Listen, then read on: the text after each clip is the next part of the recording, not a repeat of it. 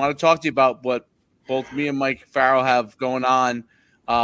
You get 45 years of recruiting experience, coaching experience in helping you get to the next level. If you go to myfootballcamps.com/D1, Mike and me do video promotion for you guys.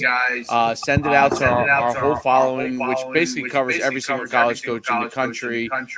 And the guys, most importantly, that you're interested in, this is why we call it a D1 promotion, is the guys at Division I level, both FBS and FCS. Mike? Yeah, the most recent one was Carson Rauner from Nebraska, who's kind of interesting because he doesn't get a lot of attention being in Nebraska. Obviously, he's known in Omaha, but not known around the country. And I know you already did your breakdown, and I've watched his film. I'm going to watch it one more time. And this is a kid who just makes a lot of plays on the run. I mean, his offensive line doesn't really do much for him.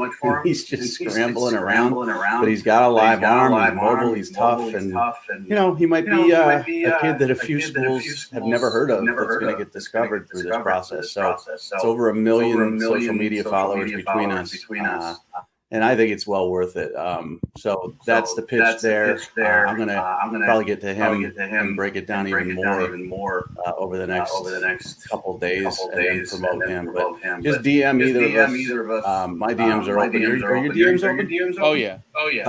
So just DM us and we'll tell you more about it. Or as Coach Schuman said, myfootballcamps.com/D1. So let's delve in. I want to talk to you. Great. All right. We're live. So it's been a week, and I think you came up with something really great. And before I talk about that, and you guys have questions about our recruiting promos, which has really taken off. We've done a bunch of really good prospects. Go to myfootballcamps.com/D1. You could also go to NUCsports.com/D1. Can't get any easier than that. And then, but we're going to talk about, before we go any further, we're going to talk about Mike Farrell's 50 top QBs. This was put out last week and gone through the roof. A lot of people have chimed in and on this, and this is the top 50 QBs in the country as rated by Mike on college football quarterbacks. So it's really interesting. This list is I've seen a bunch of things on a bunch of these different quarterbacks. I'll have some opinions as well, but I'll let Mike lead it. Mike, welcome back, and let's go. Yeah, it's hard to do this. I mean, these lists. This is FBS Group of Five, Power Five, and after the Bryce Young and CJ Stroud debate in my head, and then Caleb Williams sort of being my universal three, then it gets hard. I mean, after that, it's like, what the hell? I mean, how do you have Spencer Sanders at Oklahoma State down at 38 behind Adrian Martinez, who failed at Nebraska? How do you have Jaron Hall at BYU, 34 when he's a higher draft prospect, for next season than Sam Hartman at number 8. So it's a combination of what you've done and what you can do. The biggest complaints, I mean, the number one is Quinn Ewers being on there at 27. He hasn't done anything, but I do tell people, I mean, listen, when Trevor Lawrence was entering his freshman season, I would have had him on this list. I would have had him probably higher than 27 than where Ewers is. And he wasn't guaranteed to play or start, but he was just a phenomenal talent that I'm projecting, to be in this 50. But I think the biggest issue people had probably was Anthony Richardson at 26. He's a big physical specimen, but last year I think he threw 6 touchdowns, 5 picks. He's been injured. He's never put it together on the field consistently, but he scares everybody when he is healthy. So Gators fans think he should be like top 5, and everybody else, Florida State, Miami fans especially, think he shouldn't even be on this list. But putting together something like this is fun, but we've seen all these kids numerous times. This is going to change a ton. Looking at it, give me your first impression. Like, which one, when you're going down the list, stands out to you like, whoa?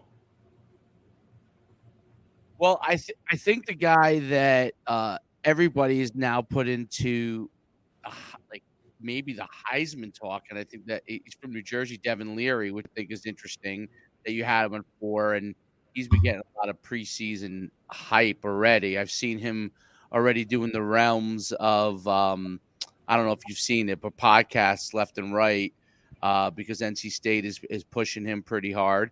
Yep. I would say that Spencer Rattler is one that could go either way, right? So he could literally, if he gets on fire like he was a couple of years ago, could be a top guy. I don't know. It depends on where his headspace is. I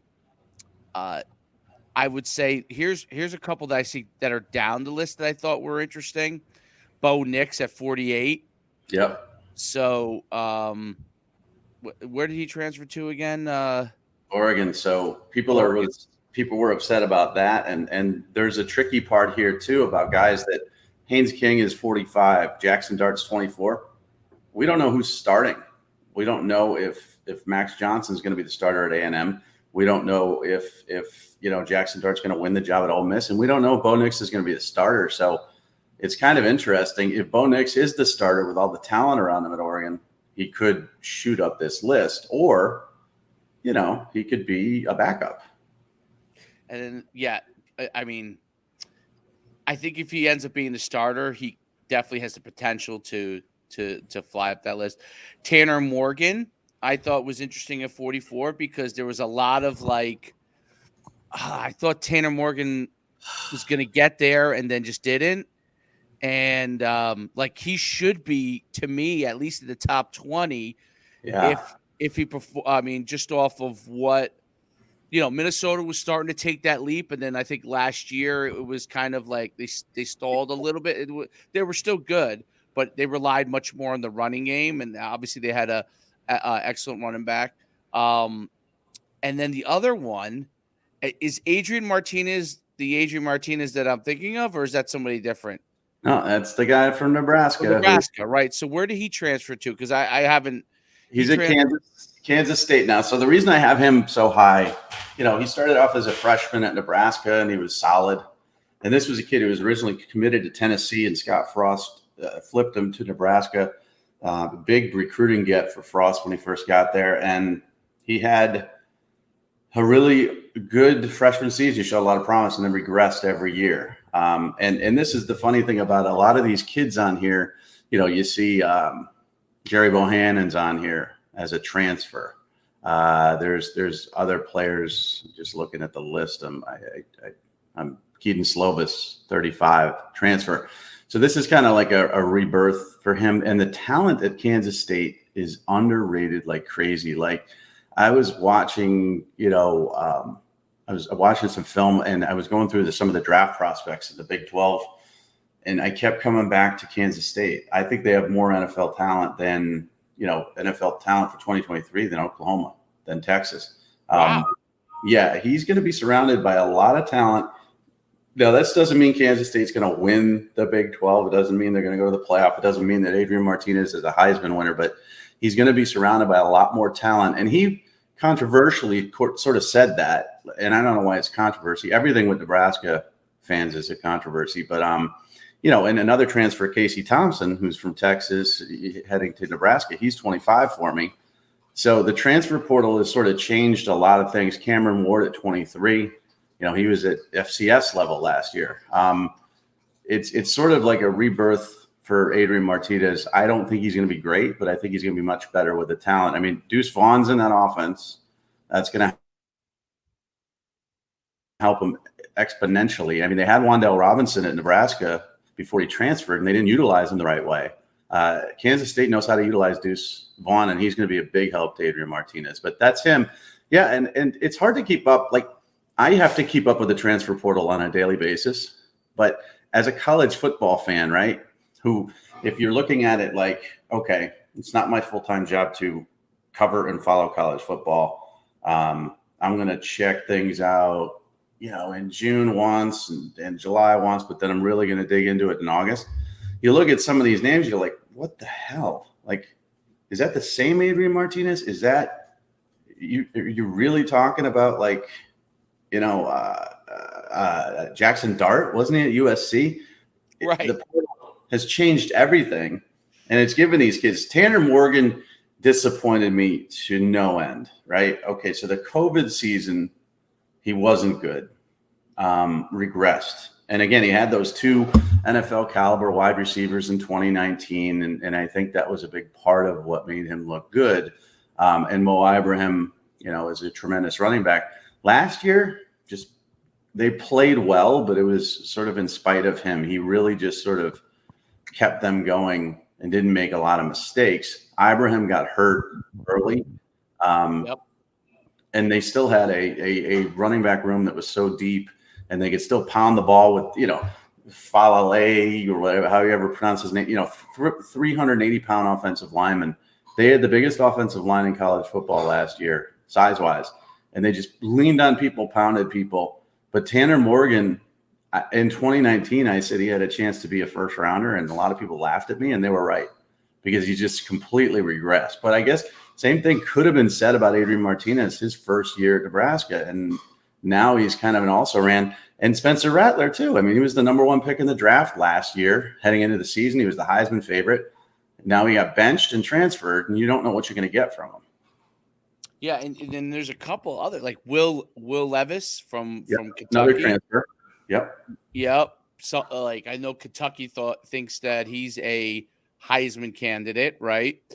And it's interesting how obviously the media departments start to push kind of that stuff out there, but I've seen a bunch of things there on him as well.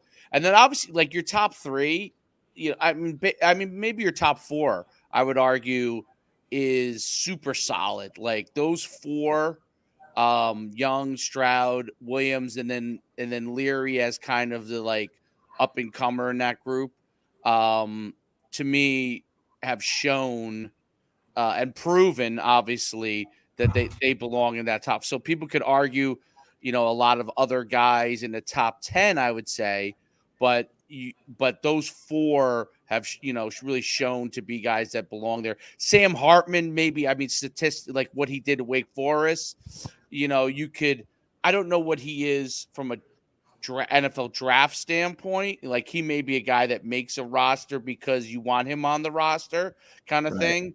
But as far as what his performance on the field was in Wake Forest, and I think you pointed it out, one of the toughest places to win. And he's helped. I mean, obviously they have a fantastic head coach as well. He's done a lot with getting the right pieces in place, and that guy's won everywhere too. So I mean, he was way back when he was FCS. He won everywhere. So, but Sam Hartman definitely last year. I mean, he did some amazing things late in games too. That he definitely deserves to be in the top 10. I'm sure some people like, Wake Forest doesn't play a lot of powerhouse teams, but what they've done, and they won consistently at a high level over and over again. I'm curious to see how good they end up being this year with him, if they could sustain that, Yeah, and he had better stats than Devin Leary. Devin Leary, 35 touchdowns, 5 picks last year, coming off of an injury the year before. Hendon Hooker, another transfer, 31 touchdowns, 3 picks. So again, looking at this, it's like, okay, between decommitments and transfers, this is crazy. So Bryce Young was originally committed to USC, and he's at Alabama. Stroud was always Ohio State. Caleb Williams is a transfer.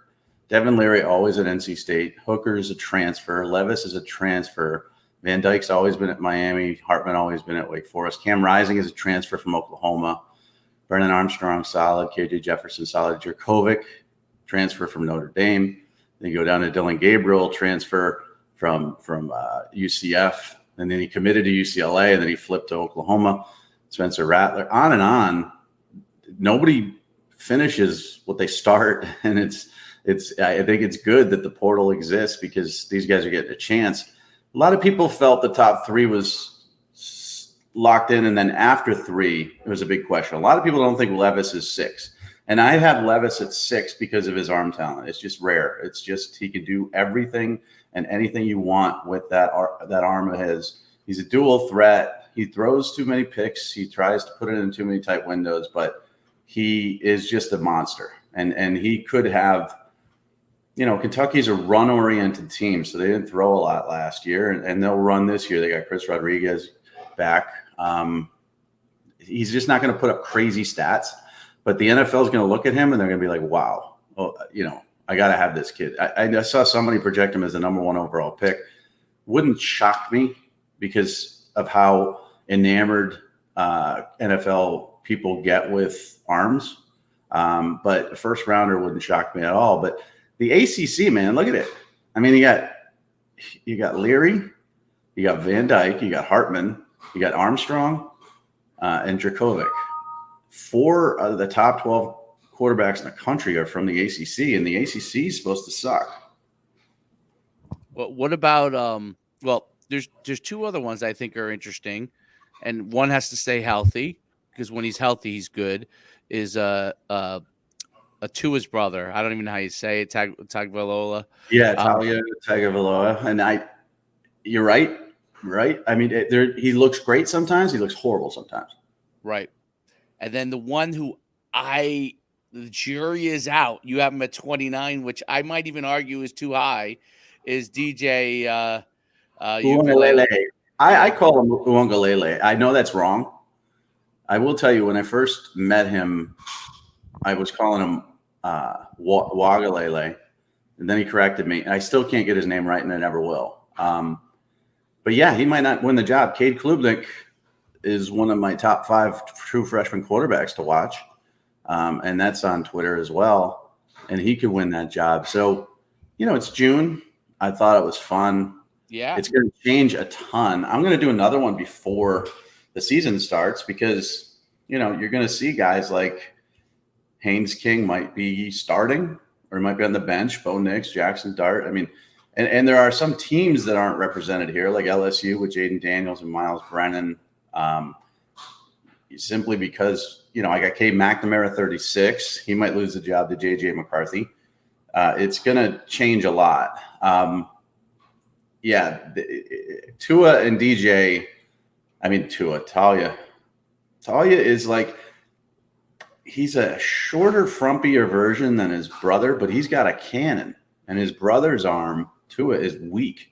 And the fact that dude was drafted 5th overall in the NFL is hilarious to me. No offense to him, but the fact that, the stats he put up at Alabama with those great wide receivers. I mean, remember, Devontae Smith was the 3rd wide receiver on Tua's best team. But how do you slip through the NFL draft with no arm? So now you see Tyreek Hill has moved from the Chiefs to the Dolphins, and every day he's coming out with some sort of dumb quote about how good Tua is. And that means Tua sucks because, the term, he's trying to build the confidence up. I think thou protest too much or whatever it is like, if you try to explain yourself too much, then there's a problem. This is a situation where he's hyping him up too much. And he said he was more accurate than Mahomes and all this other dumb stuff. Talia doesn't really, to me, have a pro future. He's legit 5'11", and he's not overly athletic, but he has a bigger arm. But Maryland fans were upset by that one. Everybody's upset about everything. Peyton Thorne being 30 behind DJ. Statistically, Peyton Thorne had a very good year last year, was very efficient with the football. And, how do you put him behind a guy who sucked all year and might lose his job? I don't know. It's ceiling wise. Like if DJ puts it together, he's a first rounder. If Peyton Thorne puts it together, he's still a 3rd round guy. Did anyone complain about Stetson? Yeah. The mailman, they call him. And, Georgia fans were like, listen, he won a national championship.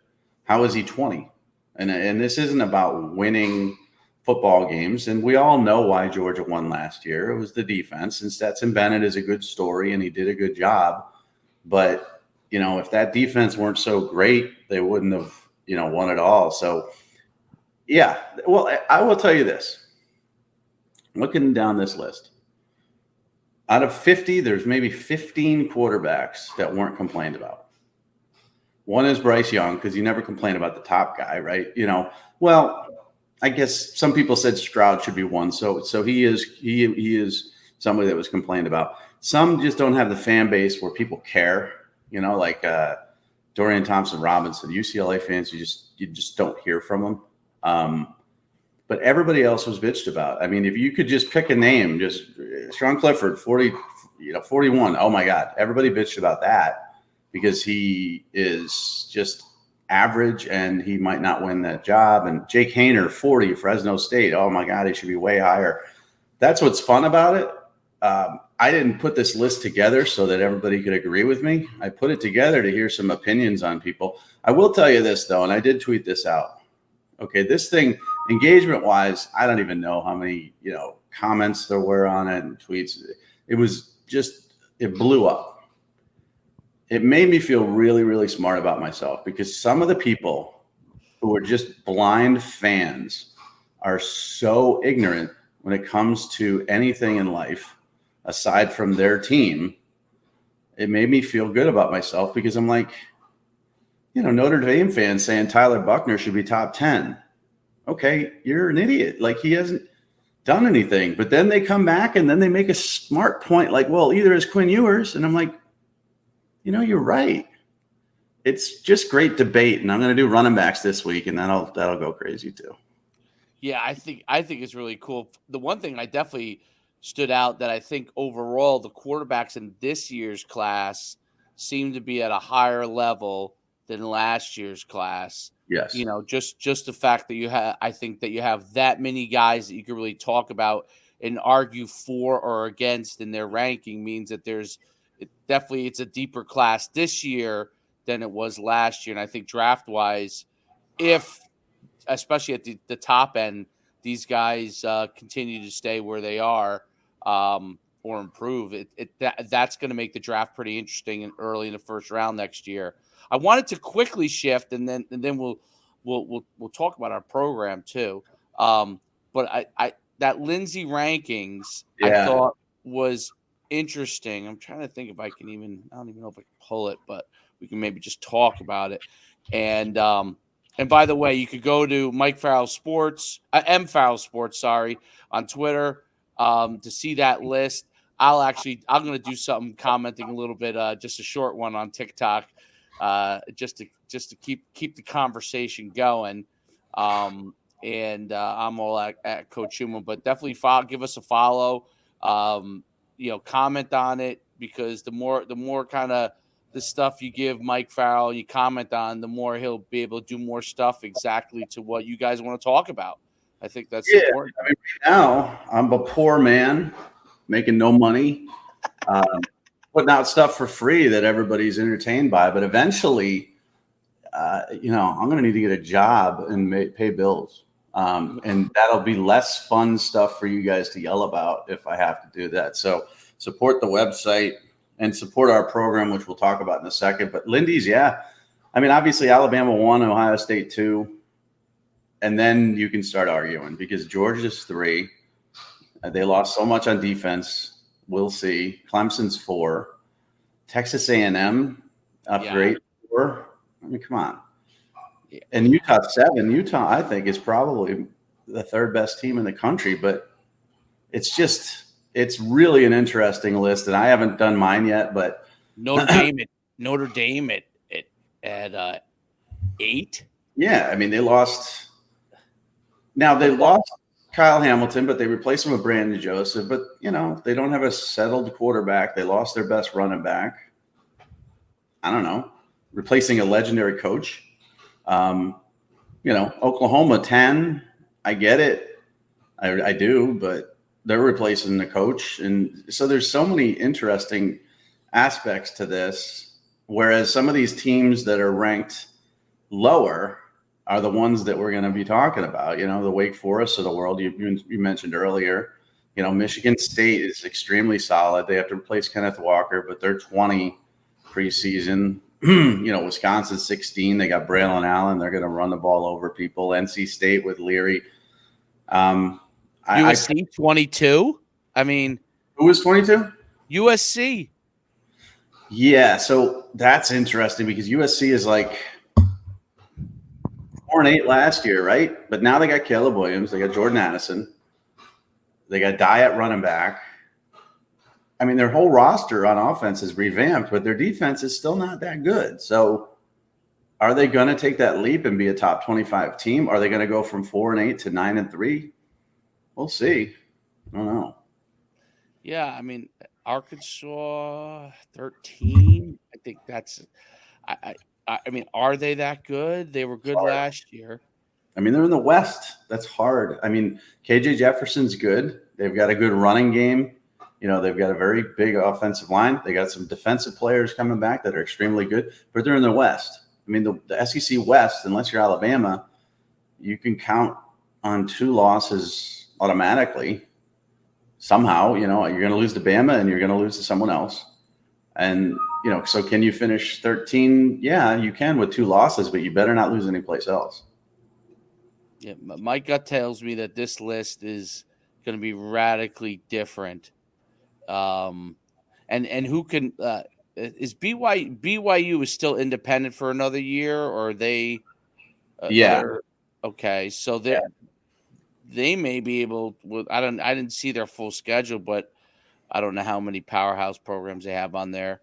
And then what about like the independent, like one of these not independent, but a non-power 5 like the Bearcats or the Cougars, someone's gonna go undefeated and be higher than what they're ranked. And then you got Michigan at 6, and their schedule is so easy, right? And that's why everybody said, they're so highly ranked. The schedule is just it's Ohio State and Penn State, and that's it. But Michigan State's on there, and they're pretty good. And then you think about it, I think they have cross division with Wisconsin. I don't know, man. I mean, prior to last year, Harbaugh would lose a couple games he should have won every year. They don't have a quarterback set yet. McNamara's back. J.J. McCarthy could win the job. They lost Haskins at running back, but they're still very good there with Corum and Donovan Edwards. But, you lose Aiden Hutchinson. You lose both of your edge rushers and your fastest defensive player in Daxton Hill. I don't know. It's just – you could pick apart any list, my quarterback list. You could pick apart this list. I will tell you this. The top 2 are the top 2. Those are the 2 teams that are going to play for the national championship. Like that, you can fast forward to. There's nobody going to stop Ohio State's offense, period. And there's nobody going to stop Alabama in any respect at all, defensively or offensively. Those are the 2 teams that are going to play for the national title. And does Nick Saban, if he wins this year, does he keep going? Mm-hmm. He does. Why not? Right? You go until you can't go anymore. I guess in his case. Well, he's 70 and he looks better than me by far, and he's he just continues to sort of anger himself. The Jimbo thing lit a fire under him. Next year, if he wins it all, Bryce Young will go off to the draft. And then he'll have to prove it again with Milroe or some other quarterback. And he'll find some way to piss himself off. He'll probably figure out a way that Lane Kiffin pissed him off. He'll find motivation. And they would have won it all last year had they not had injuries. It's just, I'm sorry, Georgia fans, but Alabama, losing their best wide receiver in that game, losing Mechie before that to an ACL, losing some key players early in that football game. They probably would have won the national title last year, but I think he's going to keep going. I don't know why he wouldn't. He's not going to go to the NFL, and retirement is death for a guy like Saban. What's he going to do? I mean, he could golf, but he needs that competitiveness. Ohio State is the only team up north that has a chance. I keep saying that, and I keep thinking that. The recruiting geography is so important. Southern kids don't want to go up north where it's cold and it's uncomfortable, and you can't win with speed by recruiting just the Midwest. Notre Dame's done an amazing job under Brian Kelly getting to the title game, but they got waxed. Getting to the playoff, but they got waxed by Southern teams with more speed. Ohio State's it. It's the only chance anybody. Michigan last year got to the playoff, got destroyed. Nobody has a chance to win it up north except for Ohio State. And I think this is the year that they kind of need to do it. Stroud will be going off to the NFL after this year. Trevian Henderson. Here's a little prediction for you. Ready? Trevian Henderson had a great freshman year. If he had more year, he could be the first guy to sit out for non-COVID related reasons. Just sit out and wait for the draft. That's a prediction. And it speaks to a lot of different things, including his personality and the way he views himself and all this other stuff. That's going to happen with somebody. Maybe it's Xavier Worthy. Maybe Xavier Worthy at Texas has a great season and then sits out his junior year. And then they're eventually going to have to change it where it's going to be 2 and out for the NFL. But that's a different story. But they should win this year because they got loaded running back room. They got good offensive line. Their receivers are ridiculous. They lost 2 first-rounders, but they've still got Jackson Smith and Jigba. They got, Marvin Harrison Jr., Julian Fleming, Emeka Egbuka. I mean, on and on. Offensively, they should put up 50 a game. The defense wasn't good last year. That will change slightly. They don't have to be great. But this is the year Ohio State needs to win it under Ryan Day, because after that, then you've got Kyle McCord. You don't know how good he's going to be. He could be great. But you're going to have new wide receivers, new running backs. This is their year that they need to win it, I think. I think the big thing that Ryan Day, from an X's and O's standpoint, has to look at too on defense, not on offense. On offense, seems to have that down pat, is that they score so many points, even if other teams score on them in the Big Ten, it's really not a big deal. But when they get to the national championship, what I noticed is they spend way too much time with 3 linebackers in those games against the SEC teams in the last national championship game. And then they change it, but they've already put themselves behind the 8 ball. And that's one of the things that in the Big Ten, because most of those teams are more run-oriented and they're not all spread teams. So they carry maybe, I don't know if they carry 1 less DB or they just don't use them as much. And then what happens, you get into the national championship game, and now you got to get one guy, maybe 2, because you may only use 1 linebacker half the time in those games, up to speed. And that linebacker who's left in there has to be able to play the run really good, because they're still going to run the ball at Alabama or Georgia.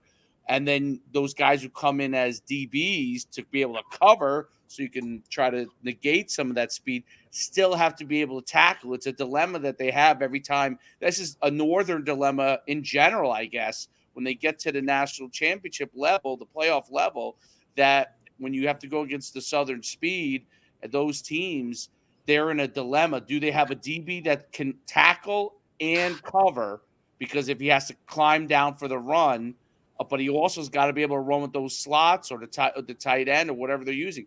That's the hardest thing that I've seen on defense. I've seen them they could score points, but it's defensively to be able to stop them consistently, because I don't know if they have enough of those, that like kind of hybrid guy, you know what I mean? That guy that can do enough in each area. Yeah, and that's been a problem for Oklahoma, in a similar manner when they get to the playoff. It's, they could put up a ton of points and they could, but eventually they're having to outscore their opponent. And, if there's a stop on defense and their offense, fizzles for 1 drive, they're in trouble. And that's how Ohio State kind of was. Now, again, they're not giving up 50 points. Oklahoma's defense was not very good when they were going to the playoff with Baker and Hurts and stuff. Ohio State traditionally has a good defense. Now traditionally the Bozas and obviously Young and those type of pass rushers and defensive backs have been great as well. To put a lot of those guys in the first round, but linebacker, not their strong suit for some reason. They can recruit them, but they're not developing them that much. And as you mentioned, you need that versatility to play these type of Southern offenses with the speed, and they spread you out. And there are teams in the Big Ten that will spread you out, and you have to deal with that. But if you want to get through the Big Ten, you got to get through, Michigan, Michigan State, Penn State, Wisconsin, and Iowa, right? And those are all power running football teams that play really good defense and will physically, come after you.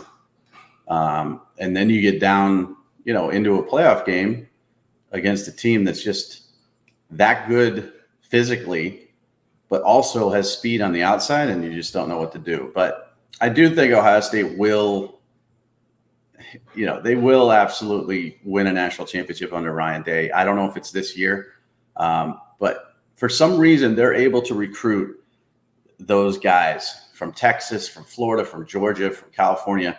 The elite guys go to Ohio State and they're like, okay, I could play here. And they don't do that for as much for Notre Dame, although this year's recruiting class is great. They don't do that for Michigan. They don't do that for Penn State. It's very intriguing to me. Have we seen the last Northern National Championship in 2014 with Ohio State? I don't know. With NIL and the SEC expanding, we might have. It's something to think about. Yeah, I think maybe the only way is if somehow some of these teams don't make the playoff in the SEC by knocking each other off, right? And and I think and it's a really good point, because like when the LSU won the national championship, like they had those linebackers that could, and the kind of safety guys that could run also and tackle. And I just see that's a tough position to get. That's a tough guy to get. And there's more of a plethora of them down south, and they seem to stay down south versus going up north. Now the skill guys, because right, if you're going to go to Alabama and you're going to be the third receiver and you're basically almost as good as the number one, even if you're the third guy, you're just this maybe there's a tiny difference. Well, you go over to Ohio State or you go over to another school up north, and obviously you're a starter right away. And is there a big difference between them? But it's like when you get to that like next level athlete, is that next level athlete there? Yeah. And if he is there, you better not lose him, because Isaiah Simmons was in Missouri and Clemson took him, and he was a big part of what they did. So if you have an Isaiah Simmons in your area and your recruiting footprint and you lose him, you're just not going to recover from that, because the rich get richer. I mean, if they could pull kids from the Southeast and pull an Isaiah Simmons, who was kind of underrated, he was a 3-star kid and all that stuff, but turn him into what he was, who could play safety, he could play linebacker, he could play edge, any of that stuff. Vic Beasley before him was a similar athlete. You got to keep those kids. Let's talk about the program, because we're getting verbose. So I'll let you talk about it first, and then I'll sort of talk about it. This could be our new promo, because our old one's kind of stale, because we're talking about kids, that are progressing along and got attention. But I was too player specific in the last one, so let's talk about the program itself and not player specific. Yeah, from a promo standpoint, listen, you're getting both myself and Mike Farrell over 1 million followers. Every major program in the country between both of us follows us. And it's not just, we talk a lot about Twitter, and we post stuff on Twitter, but this is, TikTok over 300,000 between us. You're talking Instagram, you're talking Twitter, obviously, and then you're even talking the other social media platforms that we post on. I don't know if it's dribs or drabs, but there's a lot of following. Your Facebook, for example, I say, like, your Facebook has a ton of interaction, right? Yeah. My Facebook actually has a ton of college coaches that I'm quote unquote friends with, right? So friends with, like I wish them maybe a happy Father's Day every once in a while, but they're followers of you. So when things come in, the way social media works is these things pop off based off the algorithm. Where our promos is going to pop up based off of the algorithm, because this is something that they're going to be interested in. And that's a huge benefit to it. Besides the fact that we're obviously talking about what your skill set is and highlighting it from what we see on film or at camps, or whatever it is you provide to us. Obviously, film is the best, but and that's what you're getting which is really, really a unique thing. And it's two different types of promos. So Mike does a great job, and I'll let him talk about it, but does a great job of that voiceover over your film, breaking down each play and the things that he sees that are really, really special about you. I really talk about the general overview of the skill set, right? And it's a really good combination that is unique. There is nothing out there like. I mean, I've looked. There's a lot of companies that are doing different recruiting things here and there. There is nothing like this that is giving you the power punch that we are given. And listen, there are players that are now coming through that we know are going to be big time prospects, that are younger and older, that from these boosts getting to the front of the coach's radar is a key. And this is really, really a great way. I call it a fantastic compliment to what you're doing.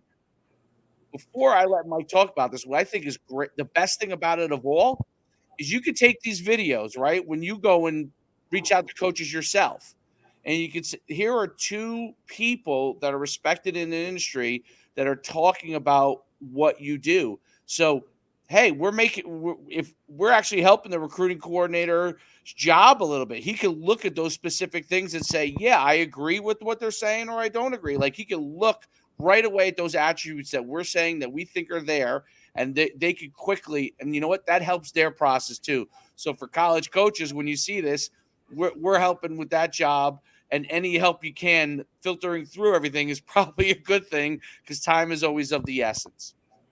Yeah, and the other thing is with the portal, how important it is now to gain exposure at this level. So let's say somebody signs up for the promo and they're not a Power 5 kid, and then they might not even be a Group of 5 kid. They might be an FCS level kid. With the promo, what's happening across college football, staffs are being, broadened. There's more and more people in every staff focusing on different things. So you got recruiting people, you got portal people, you got combination, you got player personnel managers, you got, whatever, general managers, whatever you want to call it. And they'll note stuff, so if a kid's getting a promo through us, right, and might put a little note, and then a couple years later, that kid's coming from FCS and he's in the portal, and it rings a bell, or they look him up in their system and they're like, oh yeah, this was a kid that, we promoted. We didn't feel he was our level at that time, but we liked him. We just felt FCS was a place for him. Let's take a look at him now. And 2 years later, he's grown, he's got bigger, he's stronger, he's played well at the FCS level for a couple of years. They're going to remember you more. And the other part of it too is, I've been doing this forever, and I've always seen these companies that do it. You don't know who the hell they are. You never heard of them. This is Jimmy Schwartz from blah, blah, blah. Right? Who the hell is Jimmy Schwartz? I don't know who that is. Right? I've never heard of him before in my life. And he's gonna promote me to get a college football scholarship. At least you've heard of us. And that's kind of important, because, with that comes respect, and comes, I've had big, I won't say what conference, but I kind of just did, but I just said big. I won't say which one. I've had coaches recently reach out to me and say, hey, thanks for the kind words, or you're doing a great job. I've had coaches text me recently and say, what the hell was that article you just wrote? That sucked, because it was critical of their program. They're paying attention. That's the thing.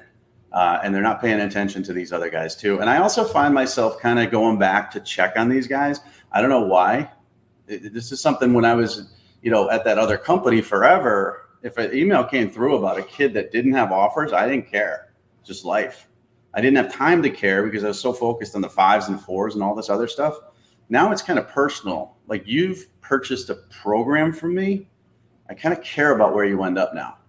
And before I didn't. That didn't make me a jerk. It just wasn't my job before. Now it's kind of like, hey, I'm checking in. What's going on? Well, I got a couple FCS offers. It's still not what I want, but it's helped. Or, I got the offer that I wanted. This is great. And that's kind of like, I just find myself overly involved. It's not like a situation where we do the promo, we put it out there, and we forget about it. I've unfortunately invested in this in my head, and it takes up a lot of my time, but I think that's good sales point for the promo. Oh, there's no doubt about it. And there's a bunch of guys that are emerging right now, and I just think it's a great program. It's a unique program. Look, time invested by myself and you, the years invested in the experience. I mean, that's what you need. You need the experience, and there are companies that have been doing it for a long time. But do you get Mike Farrell, Dave Schuman? No, you get some guy who just got out of college, who's Never heard of who those. made right, and I laugh at some of the I and you may have seen it, my because of some of the algorithm stuff. But I've seen like some of these guys who are still in college, okay, or like at D3 schools that players or just graduated, all of a sudden giving recruiting advice based off of what their own experience. How is that? How is that recruiting? Here's one of the things that I think you always have to be careful of. Experience is incredibly valuable in this industry, and people don't realize that. What they don't realize is that the connections and the people that you have dealt with for over all these years encompasses most of college football, not just for my own business from NUC Sports, but obviously playing and all the coaches that coached me and all their years of experience and connections and myself coaching for all those years, those develop relationships. So it's not that someone can't be smart enough in recruiting as a young person that just came out, but they don't have the experience to understand how everything works. And I always say this, your experience as your own recruiting process, okay, and I can use myself in the same thing, is going to be very different than someone else's. The experience of years of being involved in it gives the experience that you have thousands and thousands of people that you've seen go through different recruiting experiences. And that's how you get the information to be able to help players in the right way. When guys spout off, when you're out of college, no disrespect, but like what your recruiting experience is, your recruiting experience for your particular situation. That is not like 20 different other guys' situation. And that's one of the things that both me and Mike really have a unique aspect on, where Mike has been with the 5 stars, the 4 stars, and he's had to rate them back in the days when they used to do 2. So like he had to figure out the small nuances, and people don't realize there are small nuances, right, when you're rating those players. I've seen and coached Division 3 players, Division 2 players, Division 1 players, and FCS players. And then I've also obviously as a player myself, have played around these guys and seen where different people fell through the cracks, and then the relationships with those college coaches. Those are all important things that you're getting. That you, the truth is, and this is just this is my opinion on it, is that the price that we charge is ridiculously low and undervalued as far as pricing wise. And that's why you should take advantage of it, because once this begins to hit the fall season and players are asking left and right when their recruiting isn't going exactly the way they want it to, we'll be inundated. And then the question is, do we charge more because of the experience that we have? So this is a great time to be able to get the information out there, promoted, and to leverage it, because once you get to the fall, every single player is going to feel like if they haven't gotten the offers they want, they are going to feel that they are recruited, and then they're desperately going to be looking. And you don't want to be in that desperate situation. You want to be proactive. Yeah, get ahead of it. So anyways, it's fun to do also. And yeah, as you mentioned, I really do. I watch the film over and over and over again. I just do, to try to get a good feel for the player and what their strengths are and their weaknesses are. And I talk of strengths and weaknesses on the video as well, because I'm not going to just lie and say, oh my gosh, this kid's Barry Sanders. It's stupid. It's just not. It makes no sense. So, and younger kids too. Get ahead of the promotion. Get in 7th, 8th grade. Start getting promoted. You may not pan out. You may have hit a growth spurt that you're never going to hit again. You may be as good as you're going to be today in 8th grade as you will be in 12th grade. But, if you're not, if you get better, people need to notice it. So it's for the young, it's for the under-recruited as well. And I guess that's a good way to wrap it up. Absolutely. We'll see you next time, next Monday, and we'll talk some more. Make sure you check it out, myfootballcamps.com/D1 or NUCsports.com/D1. Mike's at M Farrell Sports on all social. I'm at Coach Schuman, on all social. Make sure you guys check us out. Until next time, for the Legends Live.